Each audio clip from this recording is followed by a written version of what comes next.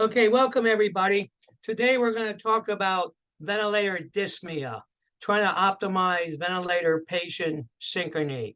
One of the most complex problems in critical care today with mechanically ventilated patients is trying to optimize patient ventilator interface, and how do we match the patient to the ventilator, or more importantly, the ventilator to the patient. And this has been under a lot of scrutiny because there's a lot of evidence out there now showing that the increased amount of ventilator asynchrony leads to mortality and morbidity and ventilator duration and length of stay in the ICU. So today we're going to review the basics of breathing, describe the relationship between the control of breathing and mechanical ventilation, define what is ventilator asynchrony, describe the potential negative sequelae of ventilator asynchrony, and describe some clinical interventions to maximize ventilator asynchrony. So the goals of mechanical ventilation, as you can see, are optimize gas exchange, maximize ventilator patient interfacing, minimize ventilator-induced injury, and facilitate ventilatory liberation. So today we're really going to focus on maximizing this ventilator patient interfacing. So here's an example of a cartoon where you see that we have a patient hooked up to the ventilator, but you can see that, if you assess this patient, it doesn't look like the ventilator is doing a very good job of adequately ventilating. The patient has high signs of work of breathing, and either the ventilator is not meeting the patient needs, it's not set appropriately, or we need to reassess what exactly going on with the patient so we can treat this asynchrony etiology to try to optimize the ventilator patient interface. So let's start with a historical perspective of mechanical ventilation. So when we looked at mechanical ventilation to start out with, there was no way a patient could be asynchronous with a ventilator because there was no way a patient could breathe when they were on the ventilator, meaning that they could attempt to breathe, but the ventilator would not do anything. They were controller ventilators. The ventilator was unable to respond to the patient. Then assisters came out and they talked about ventilators that were capable of triggering, responding to patients' respiratory efforts. But it became very, very evident that the ventilators were not technologically advanced to really meet the inspiratory flow demands of the patients or the variable flows of the patient's needs. So patients aren't monolithic in their breathing. They breathe various ways based on various conditions. As early as 1930, Brock recognized the need for high flows on devices to make patients comfortable on CPAP. And as if you only can deliver like 30 liters by a ventilator, patients are often going to be air starved. In 1950, 1960, Avery used really therapeutic hyperventilation in order to control patients. He would allow patients to blow down their CO2, or with the ventilator, use a rate to blow out their CO2 so they had no brain stimulus. That would work for a short period of time, but over a period of time, one that was injurious to the patient's other organs and to the kidneys would compensate and the patient would start breathing again. It wasn't until 1962 that Harrison became the first champion of patient-triggered augmented ventilation. How do we coordinate the patient's breath with the time cycle breath? 1973, Downs introduced the concept of IMV, where the patient could breathe in between triggered, time cycle breaths, and the breath could be somewhat coordinated, especially when SIMV, synchronized intermittent ventilation, became available. But it wasn't until 1986, that Marini published a classical paper on the work of breather during mechanical ventilation. Because up to this point, and even when I became a respiratory student in the mid-70s, it was believed that a patient was on a ventilator. The ventilator did all the work and the patient didn't do any work. And that was really the belief for well into the mid-80s, almost 20 years after the evolution of positive pressure ventilation. So this is just a time, so it's been relatively recent that we really looked at, you look at 2000 here, when you started to get the idea of synchronized IMV and the idea of added pressure support to augment spontaneous breaths. And then it wasn't until you had computers available around 2010, start looking at things like rise time, flow cycling, closed loop ventilation. So your first generation of ventilators were only controlled mechanical ventilation. They had limited monitoring, no alarms, simple mechanical devices, the first application of PEEP, and the machine variables had to be counted. They could not be set, and the IE ratio was fixed. This is an example of some of them. The Angstrom ventilator weighed over 500 pounds, very analogous to the first computers. Look how large they are. Now you have a computer in your phone, but the bottom line was they were very bulky and very simplistic.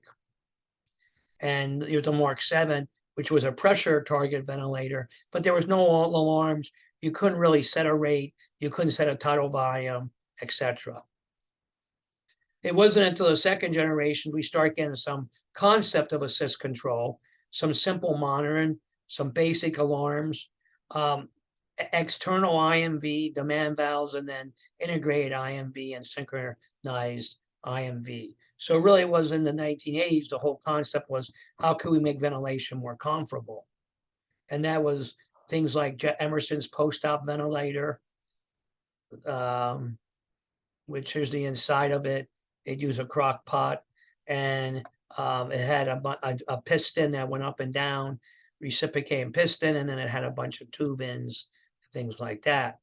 The Puritan Bennett MA1, again, there was an assist mode, there was a control mode, but there was only one way of setting the flow, a square wave, and you could go up to 120 liters per minute. And this was a concept of IMV, where the patient could breathe in between breaths with oxygen-enriched air through a reservoir bag. Then we got more sophisticated. This is the Bear 1. You can see there you have a lot of options for peak flows. You can have inspiratory pause, and you can use different waveforms. Here was a decelerating waveform besides a square wave. The Emerson was supposed to give a sine wave form at the time, which was supposed to give a more laminar flow during the beginning and end of the inspiratory cycle. So J. Marini was the first to notice work during the inspiratory phase if the breath ventilator was not set to meet the patient's inspiratory flow demands.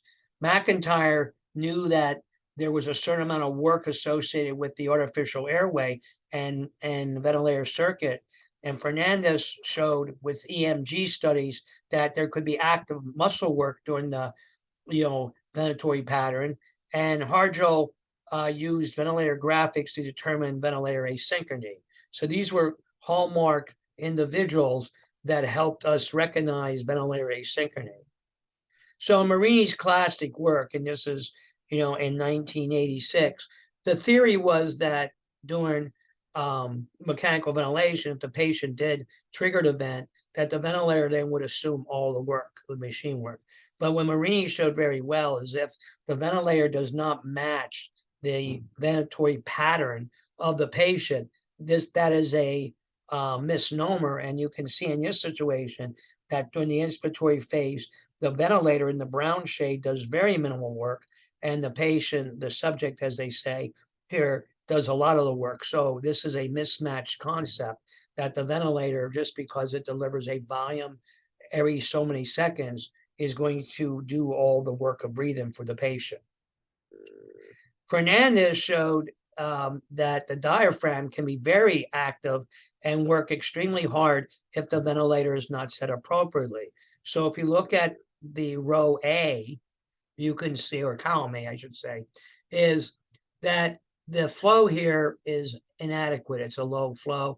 We see the scooping out on the pressure here in the top row. And you can see with the EMG, activity is tremendous during the inspiratory phase, and the muscle work is extremely high because the ventilator is not meeting the patient's inspiratory flow demands, and the patient is continuing to work during the inspiratory phase.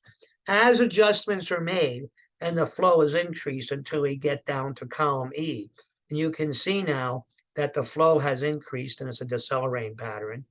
Now the work is much less, and the amount of muscle and activity is much less, based on that the flow now meets the patient demands. So the patient is no longer air hungry and sucking in during the inspiratory time.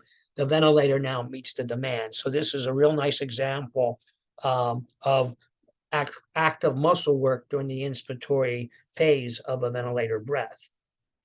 Now, Bargett and Nellenstein showed real nice that in the 70, this is off the 7200 ventilator, which was the first to have computer graphics, that there's ways of looking at graphics. And the most classic was that you would have this, what they call a pressure scoop.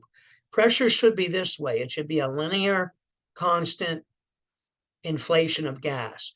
But if the patient's flow exceeds what the ventilator, so just say this is a square at 60 liters per minute, and let's say the patient wants 80 liters per minute, the patient will suck in from the ventilator, and you can see that this constant flow or pressure is now attenuated into a scooping out, and you get a poor distribution of the inspired air, and this is evidence of pressure drop, which is evidence of then an inference that the patient is working hard during the inspiratory phase. So ventilator graphics were tremendously valuable in recognizing and developing, strategies to try to deal with ventilator asynchrony. So why is there ventilator asynchrony? So when you look at what makes an individual breathe, a human being, there are many different factors. You have your respiratory center, the medulla, and the pontones that look at CO2. You have vagus nerve, glossopharyngeal nerve, and then you have your aortic bodies that look at oxygenation. So this kind of regulates CO2. This regulates PO2, all right? If your PO2 is low, it's going to tell the brain to breathe faster. If your CO2 is high, it's going to tell the brain to increase, all right? So bodily, if you have hypoxemia and hypercarbia, the brain is going to say, breathe faster, faster, and faster. So if you have a patient on the ventilator and they're actively breathing because they're hypoxic and they're hypercarbic, they're not going to slow down their breathing until their PO2 improves, until their aortic bodies and carotid bodies say, hey, look, dude, you don't have to breathe so much because we have enough oxygen, or their CO2 is blown off effectively also. And when you now induce, you make it a little bit more complicated, you can see that, what controls, okay, these are the different type of chemoreceptors that are going to tell the brain to breathe. And then what's going to be able, what's the brain going to do? It's going to tell the diaphragm to move. It's going to tell the respiratory mechanics, ventilation. So based on the muscle strength, how strong is the diaphragm? How good is the compliance? What is the actual lung pathophysiology? That's going to determine how effective we have gas exchange. If that gas exchange, again, is malfunctional, again, hypoxia or hypercarbia, that's going to tell the brain, I need more, I need more. And this is the brain diaphragm conduit or respiratory muscle conduit that determines. So if you don't have, if any of these on your side are not normal, and anything on your side is going to then reflect it being not normal, and the brain is going to say, I need to breathe more because I need to survive, and I need more oxygen and get rid of my waste gas. And it'll work harder and harder until these conditions are solved and fixed. And obviously, a lot of these can't be fixed and not readily. So this is another reason why you have asynchrony. Who's in control of breathing, the ventilator or the patient? Well, you can have this tug of war. In an ideal situation, the ventilator would respond to the patient and the patient would respond to the ventilator. But that's not the case all the time. You have this state of tug of war where the ventilator wants to give a breath when it wants to, and the patient wants to take a breath when it wants to. For example, when you put a patient on volume target ventilation, 600 times 15, every 4 seconds it delivers a breath. But if the patient doesn't want a breath every 4 seconds, you're not going to have synchrony and good distribution of the inspired air. Here's my youngest boy. Now, this is a long time ago. He has a goal. He wants to score a basket with this. That's his goal. But we have our defender here, Luke Ludwin, who says, no, I'm going to stop you. So you can see, he has a goal and he has a goal. And that's what we have sometimes. This could be the patient. This could be in the ventilator. And if these goals are not the same, then you're going to have ventilator asynchrony. So when we call ventilator synchrony, we say adequate rest of the respiratory muscles, improved gas exchange, and patient comfort. And you can see our patient on the ventilator here looks very, very comfortable. That's the perfect world. Now, when you look at evidence of ventilator synchrony, you can see here, the ventilator delivers its breath, and the ventilator, is doing its job. It's at rate of 12. The ventilator's patient's breathing a little above it, but we don't have total asynchrony. Most of the breaths are being delivered to the patient fairly well. When you look at ventilator asynchrony, it's defined as a mismatch between the patient inspiratory time, flow, and expiratory time. And, Shano and associates found that more than 10% of patients admitted to a weaning center exhibit this phenomenon. They're asynchronous. I would probably say that's a lot more. And this mismatch results in weaning failure secondary to diaphragmatic muscle energy waste. Think about this. If you have a patient who's asynchronous with a ventilator, they're working against a mechanical device, and that's going to deplete a lot of energy and weaken the diaphragm, and you're going to have a vicious circle where you're going to have the patient not able to trigger ventilator breaths because the muscle is too weak. So there's a lot of different scenarios there that can play into asynchrony. Now, the data is pretty good that shows that if patients have an asynchrony index of greater than 10%, that means that during the time cycle breaths and even during spontaneously triggered breaths, pressure support, if over 10% of those breaths are asynchronous, that will increase the mortality, morbidity, and the ventilator duration. In 2006, this study was done by Laurent Bouchard and his group out of Spain that kind of looked at if you have patients that are synchronous with the ventilator, they have an asynchrony index less than 10%. Their ventilator duration is about 7 days. If you have patients that are asynchronous with the ventilator greater than 10%, 1 out of 10 breaths, it can be as high as 18 extra days or 25 days. This is in a medical surgical ICU. And again, you have asynchrony, you give more sedation, you prolong ventilation time, you develop muscle atrophy and develop ventilator-associated pneumonias, which then decreases the weaning and the liberation of the patient. This is all basically a very vicious cycle that will occur.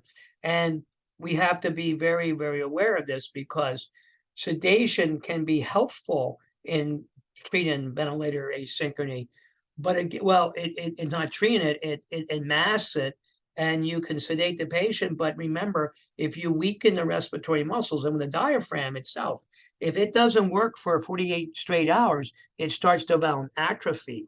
So it doesn't mean that they're going to be, if they don't breathe for days after days, it's within 2 days, the respiratory muscles start becoming atrophied.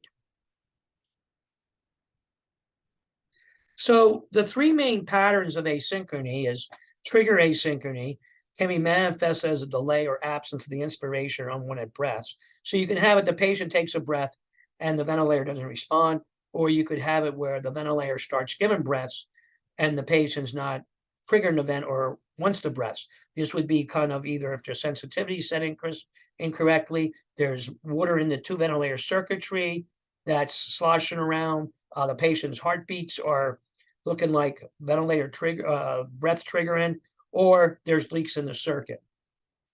Flow asynchrony can manifest as too slow or fast of delivered flow to match the patient's flow requirements. It's very important pressure support that you change your ETS percentage if you have patients with obstructive disease, because they will not be able to terminate the breath adequately and they'll air trap. And again, the cycle termination. This is when the inspiratory time is too much longer and the patient starts developing active exhalation instead of letting the ventilator or letting their lungs just passively exhale. They're trying to force exhale out because inspiratory time is too long, or inspiratory time can be too short where the flow of gas comes in too fast. There's a poor distribution of inspired air and the patient feels air starved, air hungered.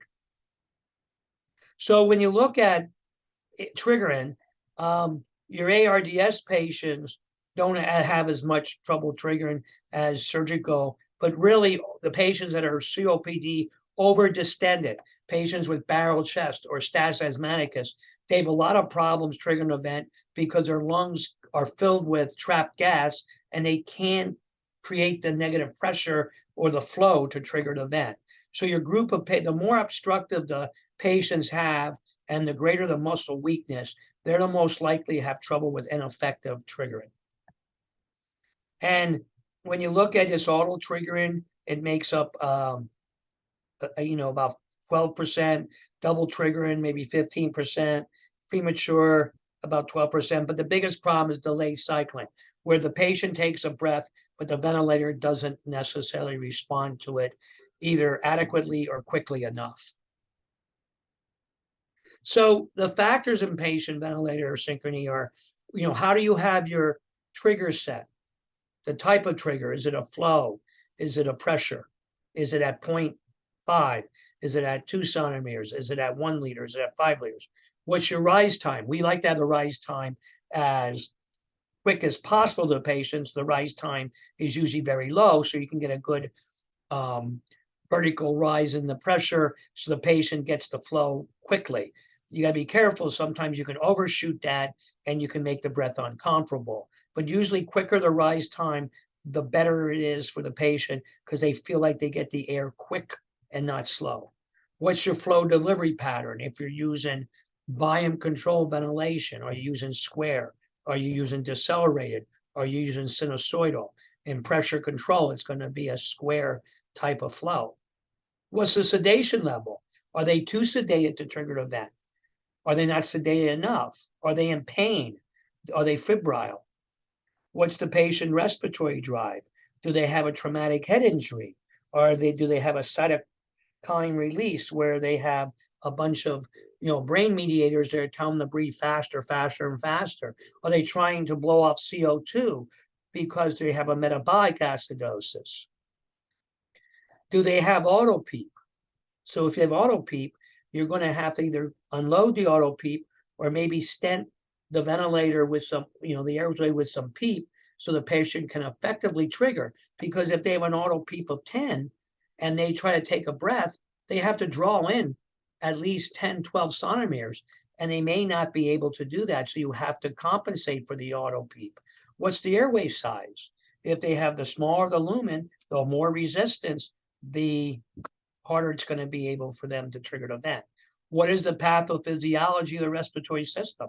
What's their compliance?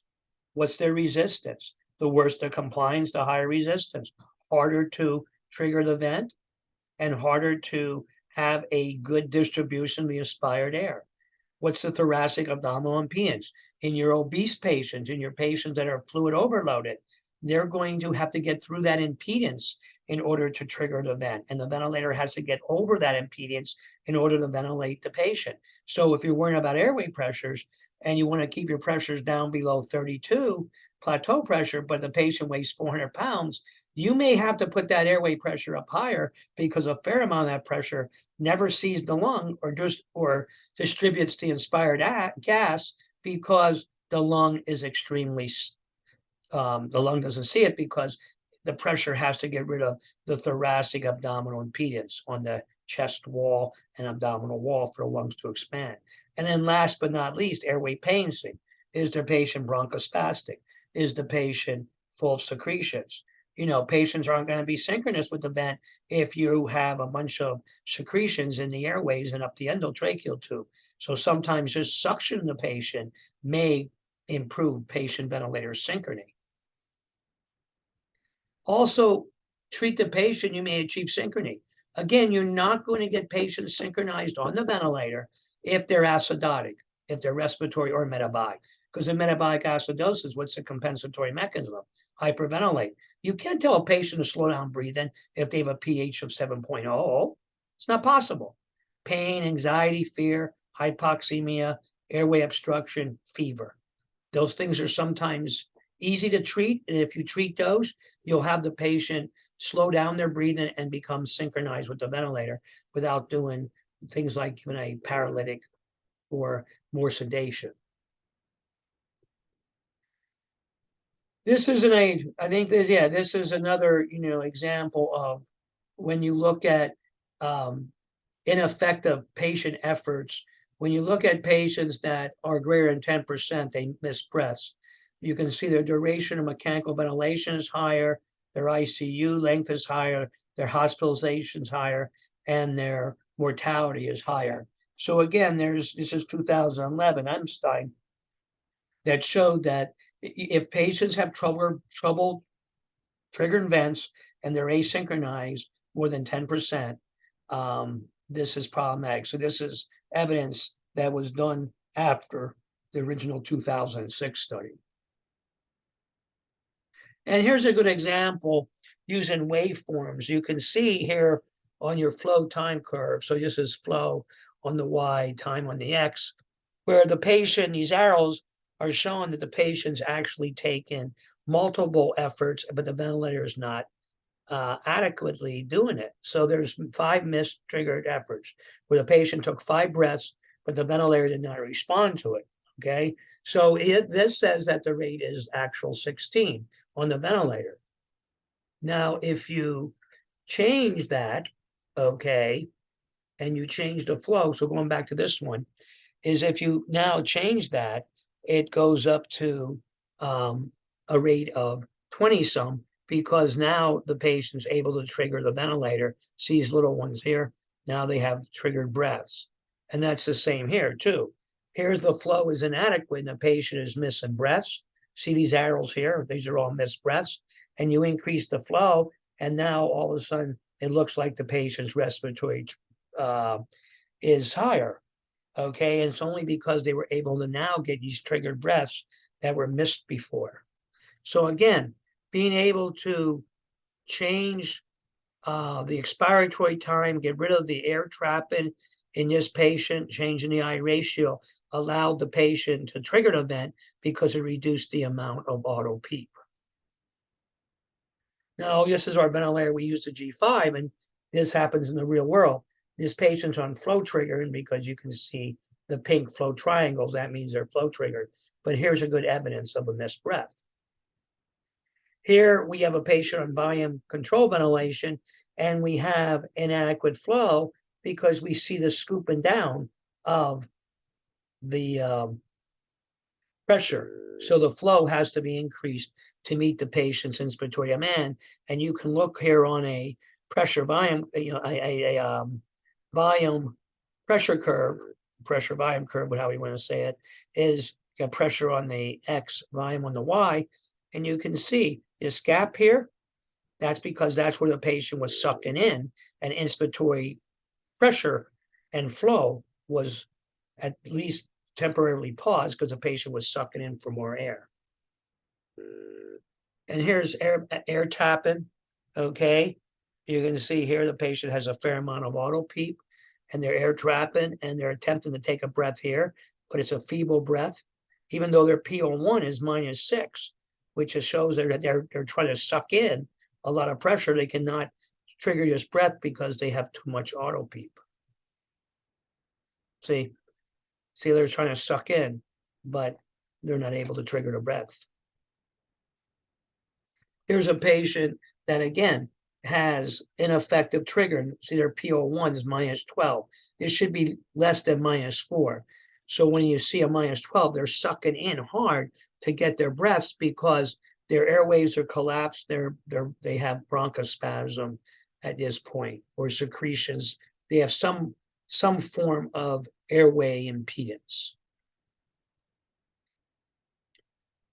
And you say Synchrony is kind of funny when it comes to lung protective ventilation. So here, you end up putting patients on ARDSNet or lung protective ventilation. So here we're ventilating a patient, this was a COVID patient, on 430 cc's, which was 5.6 cc's per kilo of ideal body weight.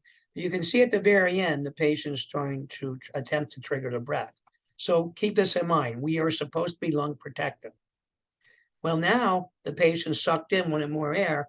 They exhale 670. They're actually getting 8 cc's per kilo.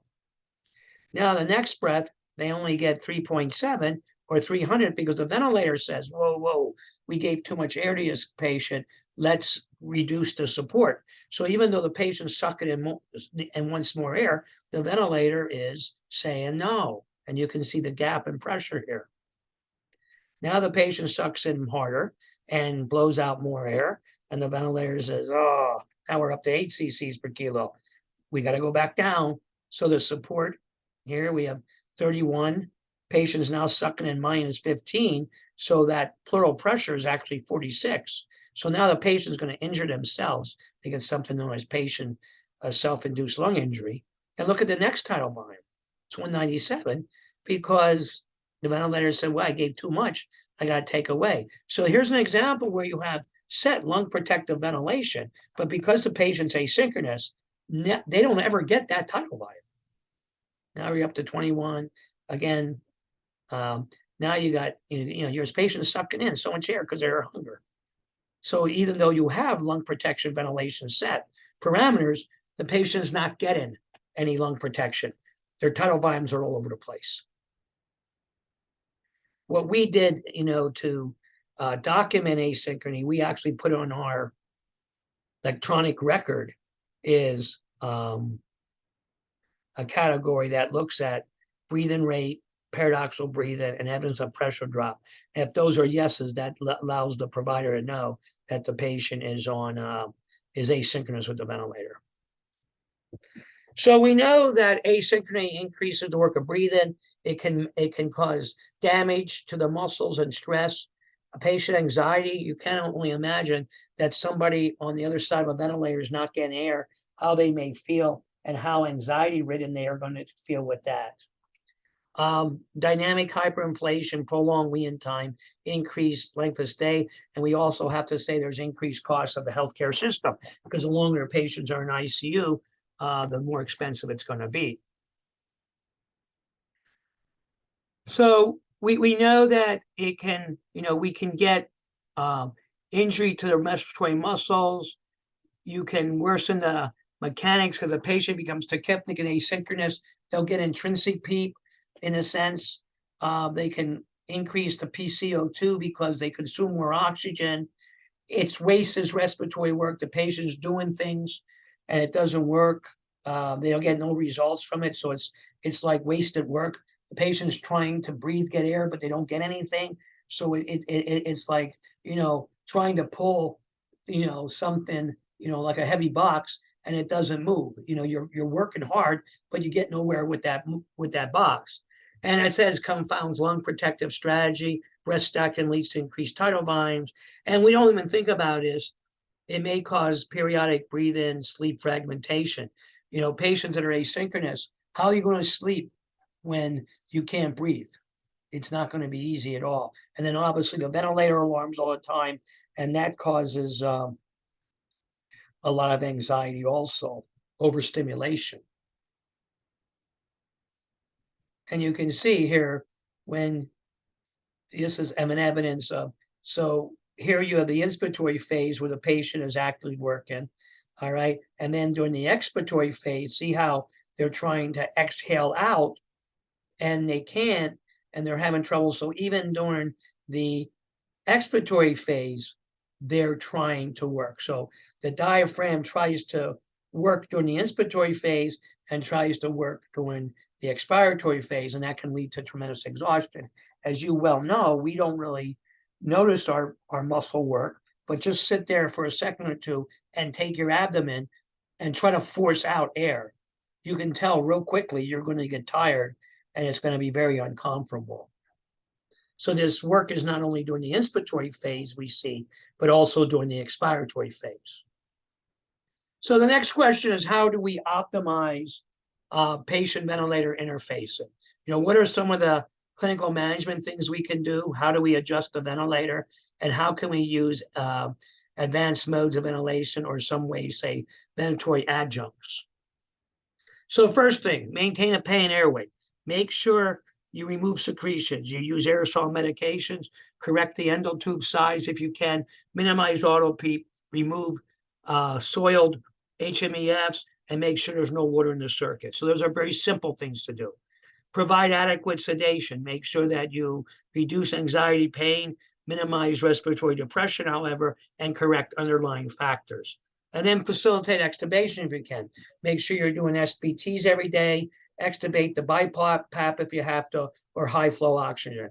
There was a recent article in JAMA that looked at high risk extubation patients to get 4 hours of BiPAP, 4 hours of OptiFlow, and then BiPAP during the first night of rest. And those patients had lower reintubation rates than patients who just were extubated to OptiFlow or high flow oxygen by itself. So there's things that you can do clinically that are very easy to do. Again, if you're using HMEFs, they add resistance, and they can be fine for short-term patients, but for long-term patients that have a plethora of problems and are difficult to wean, they can actually be another barrier in the weaning or ventilator synchrony. With sedation, think of bolus versus continuous infusion, narcotics versus hypnotics, and neuromuscular paralyzation. Neuromuscular paralyzation is very, very important in the first 48 hours of patients that have refractory hypoxemia, but they are not indicated for day after day after use. There's a whole gamut of different drugs out there that you can use.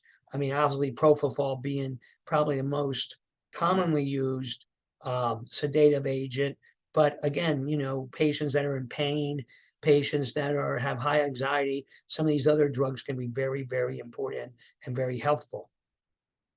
Using an awake and breathe protocol, meaning that every day you kind of take patients off sedation, see how they're doing, making sure you give them, if they meet the weaning criteria, to give them an SBT trial, because that's very, very important to show in these patients that, sometimes if you can find that window of opportunity for ventilatory liberation, you can sidestep this ventilator asynchrony if they don't need the ventilator. So also with the ventilator, there's things you need to do. Meet the patient's ventilatory demands. Increase the inspiratory flow, increase the set rate. If they're on a rate of 15 and they're breathing 30 times a minute, maybe you just add those numbers together, divide by 2, and now put them on a new rate of 24 and see if you can match their ventilatory demands.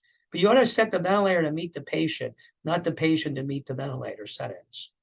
Change the trigger threshold, change trigger sensitivity, change from pressure to flow trigger maybe, and minimize auto PEEP. And this is really important. Adjust the expiratory termination, all right? Adjust the ETS percent during pressure support in patients that have obstructive disease. Shorten the set inspiratory time with obstructive disease patients. But with ARDS patients, you may want to longer increase the I time to get a better distribution of the inspired air. So set your via ventilator to meet your patient population pathophysiology. And then obviously optimize ABGs. If you can blow off CO2 adequately, you can improve oxygenation, and you can correct the pH. That will come a long way in making patients synchronize with the ventilator. So again, there was a big movement into let the patient breathe. So to try to get patients on pressure support as quick as possible during mechanical ventilation, and it makes sense because pressure support is probably the most comfortable mode, because the patient can determine when they get the breath, and to a point, how deep of a breath they take or how long of an eye time. But you got to be very careful. In our COVID population, we saw that patients developed this PSELI, patient self-induced lung injury, that was observed in patients that have a very stiff lung. This is a vigorous efforts caused by the patient.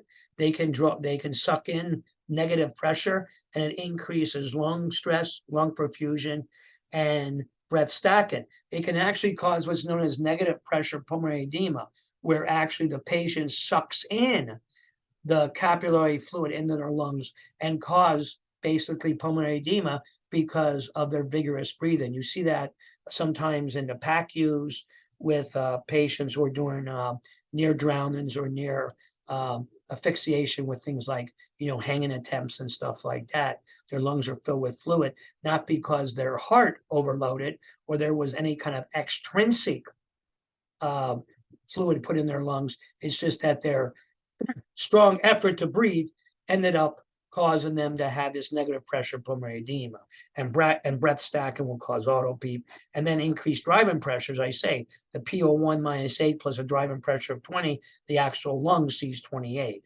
So, this is the article 2021 that said that, based on the experience from a model and his group, that you got to be careful. Letting the patient breathe and control ventilation is an excellent idea, but in patients that have poor compliance or working too hard, they can actually be injurious and counterproductive. And here's an example of a patient sucking in hard. The PO1 is -6. I like to keep that at least less than -4. So again, you see a patient here sucking in a lot of air. You can see the patient is, again, trying to take a breath here and not being able to get it. So it's a mistriggered breath because of airway obstruction. This patient was on pressure support, and the ETS was not set out. The patient is overinflated. You can see the resistance is high and the lungs are overdeflated, and the patient's missing breaths because they're trying to exhale out when they have a lot of autopeep.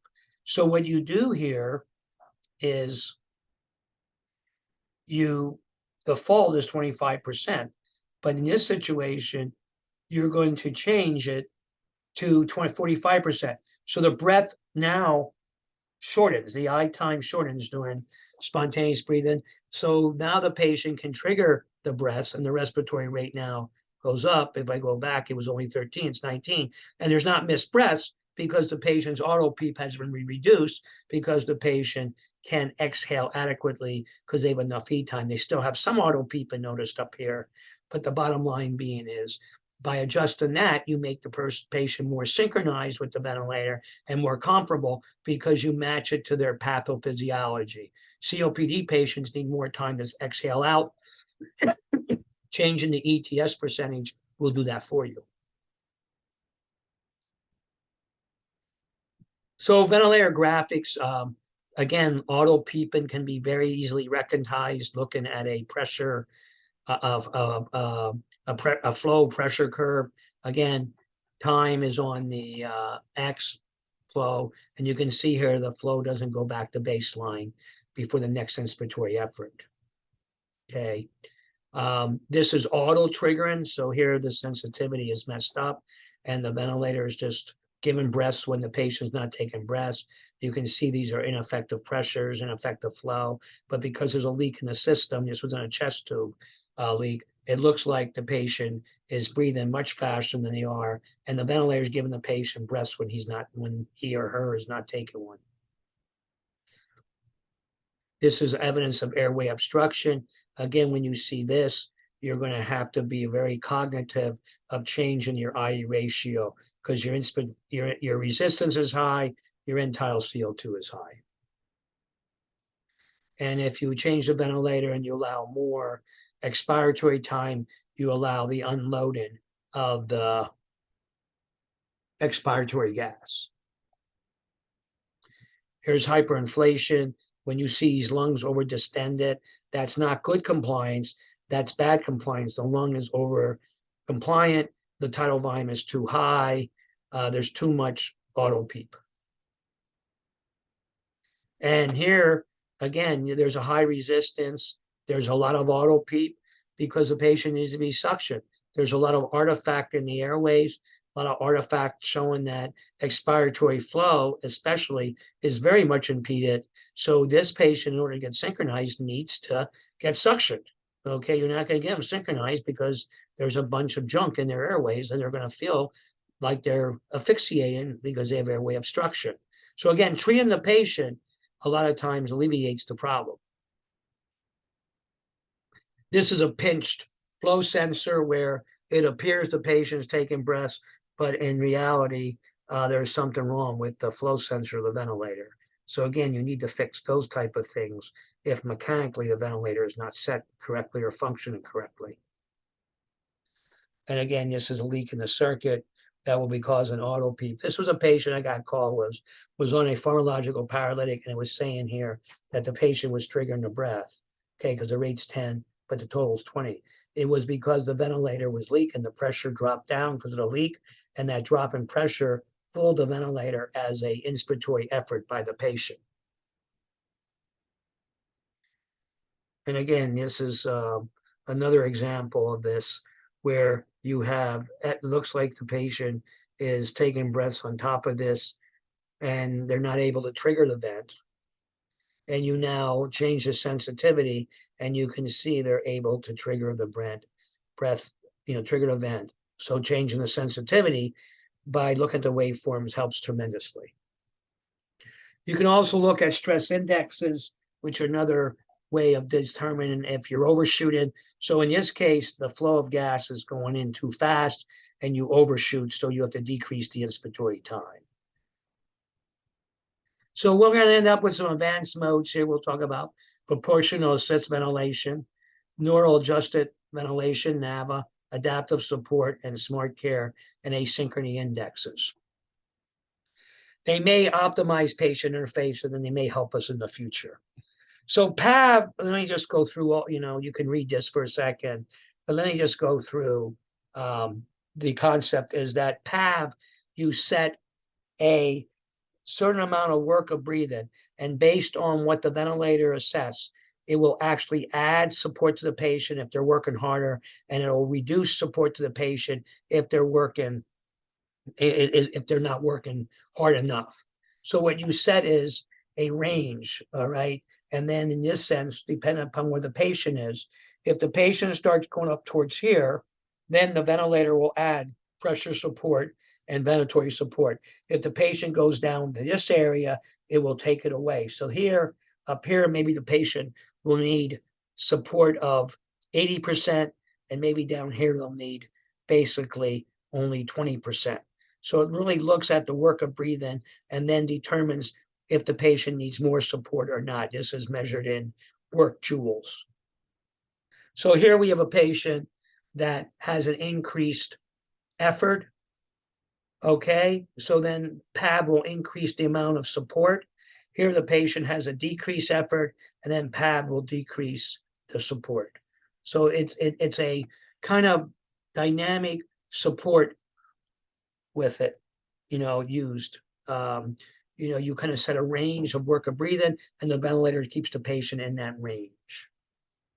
Now, NAVA is interesting because it uses a special endotracheal tube that looks at muscle activity work, basically representing the electrical activity of the diaphragm. And what it'll do is it'll change the triggering mechanism of ventilator based on how hard the patient works.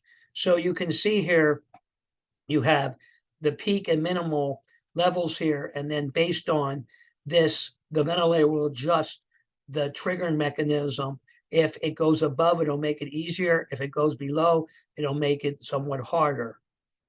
And it uses a special either electrode or endotube where you actually insert it, hook it into the ventilator, and those electrodes will measure the different type of work of breathing of the patient at that point. So NAVA is an interest, it's an interesting concept because it's actually looking at diaphragmatic muscle work. So when it sees more stress at the diaphragm level, it will give more support. If it sees less, then it'll give less support. So these are adjuncts that are used on different ventilators that can help with ventilator asynchrony and very difficult to control ventilated patients, and may aid in weaning the difficult to wean patient too. ASV is a closed loop mode of ventilation where you set a percentage of ventilation, and what happens is the ventilator will determine what is the best respiratory rate and tidal volume. All right, it will look at the patient's respiratory demand, and will look at the pulmonary mechanics, the resistance, compliance, and it will deliver pressure regulated, volume controlled, breaths, time cycled. But if the patient starts breathing spontaneously, it'll switch over to a spontaneous mode, volume support, and thus augment. So this is nice because it uses a lung protective strategy and basically facilitates synchrony by changing from time cycle to volume cycled ventilation. So this is what it looks like. You kind of set a percentage. There's no respiratory rate tidal volume. There's no pressure support set in, and the ventilator will give at least a target minute ventilation. This way, the patient is all spontaneously breathing and using pressure support of about 15. So ASV is really nice mode to use with postoperative patients to help facilitate weaning, to use with patients that have overdoses that can be weaned quickly, or patients that are having procedures. So you have a patient in the burn center who's breathing spontaneously, but now is going to have a procedure. They would have to call you to change the ventilator settings back to time cycle, but an ASV would do it automatically. Once the patient wakes up, you can go ahead and wean the patient. We use this mode a lot at our institution. I published some data years ago showing that this reduced the ventilator duration in your neurocritical care and open heart patients, and the number of clinician interfaces with the ventilator is somewhat reduced. But what's most important is if you have a patient that is fighting the ventilator, often the nurse will give sedation by the time you get there. This helps facilitate the changing from the time cycle to the spontaneous mode. Smart care is an algorithmic approach to weaning where you use respiratory rate tidal volume and end tidal CO2. And what you do in that is you actually activate it. You determine what the patient's body weight is, what kind of interface they have. Do they have neurological or COPD? I'll make some adjustments.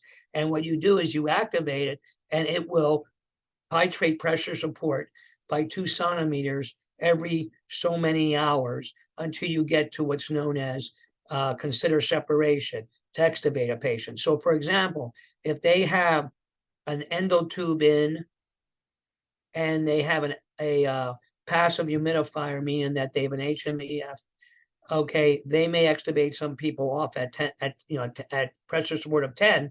They'll say consider extubation because for that resistance, that pressure support is only compensatory. And again, with neurological patients, they allow the respiratory rate to go a little higher because of the sometimes catecholamine release of the brain during head-injured patients. And for COPD, they allow the end tidal CO2 to go up because they're chronically hypercarbic. So it's a nice, I've used this works fairly well. The only problem is if the end tidal CO2 gets secretions on it or doesn't work real well, then the whole process gets aborted. There are now asynchrony indexes. There's IntelliSync with Hamilton's series ventilators that look actually, you activate IntelliSync, and what will happen is that the ventilator will sense asynchrony, and it will change the both triggering mechanism of the ventilator and also the ETS percentage or I time of the ventilated patient, noticing if the patient's auto PEEPing or if they're having active exhalation. So for example, a patient is on pressure triggering of 2 and there can't trigger event, you would have to change that. IntelliSync will do that automatically. And if you had an ETS set at 30, but the patient's air trapping a little bit, it would extend that to maybe 40%.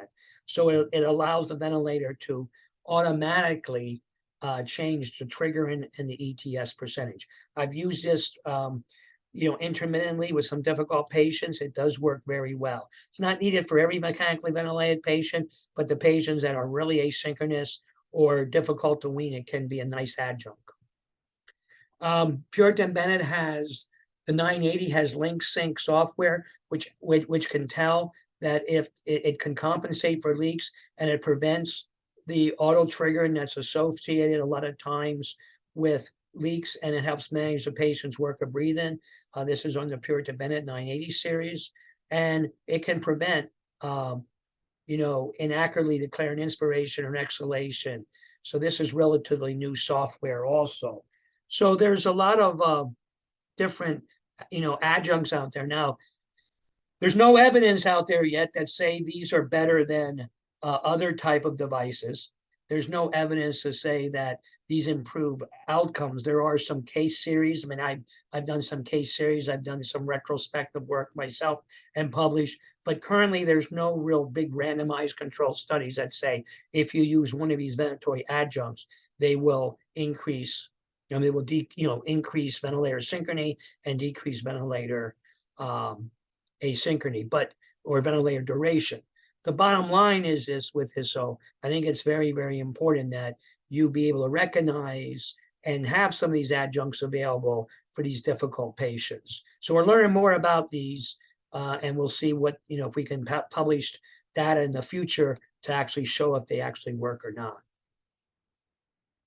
So in summary, mechanical ventilation is not a normal breathing process at all. If anything, it's the most abnormal breathing process that's ever been developed. Negative pressure ventilation made much more sense. Clinical issues must be addressed. Again, you can have normal breathing if you're physiologically not normal. That's a survival mechanism of the human being. There's a lot of factors to consider in patient ventilatory asynchrony. Looking at your waveforms, looking at the pathophysiology, looking at the sensorium of the patient, look at your waveforms. It's very, very important that you do a global assessment of ventilatory asynchrony and not just focus on one avenue. Sometimes just simply suctioning the patient or giving a beta agonist can really improve synchronization without worrying about all these other high-level interventions. Newer modes of ventilation may promote better patient ventilator interface, and I don't know that. I'm very intrigued with both link sync and leak sync and IntelliSync. I think those are good first steps. I think everybody knows now we got ventilator-induced injury kind of under control with mechanical ventilation, but we need to now get this ventilator asynchrony under control. And the importance of minimizing ventilator asynchrony cannot be minimized, because we know the data shows us if patients are constantly asynchronous, they have poor outcomes, they have longer durations, and they have greater mortality and morbidity. So this ends up my presentation. I hope, it was helpful at this point. So again, ventilator, mechanical ventilation is a hallmark of the respiratory therapist's arsenal and care. And it's, it's difficult. It's difficult to manage patients on mechanical ventilation. It seems like it should get easier, but I think the patients get sicker. So thank you and have yourself a good day.